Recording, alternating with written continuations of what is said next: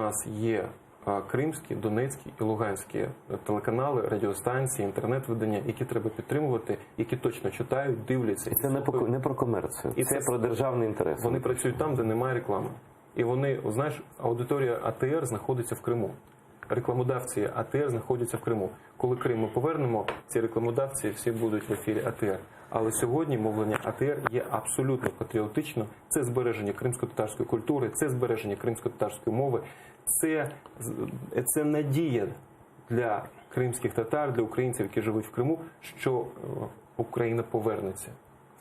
Є телеканал, є надія. Немає телеканалу, немає надії. Тому держава має це все підтримувати. І сьогодні не треба спекулювати темою, це приватний телеканал, це приватна радіостанція. Можна створити суспільні або державні таких мовників, давайте робити. Тому що Росія робить. Вони створили телеканал «Міллет», вони створили радіостанцію «Вітам Сідаси», «Оплот ТВ», «Новоросія ТВ». Вони все це фінансують, і для них сьогодні в суспільстві ніхто не ставить питання. А чому існують такі телеканали, радіостанції?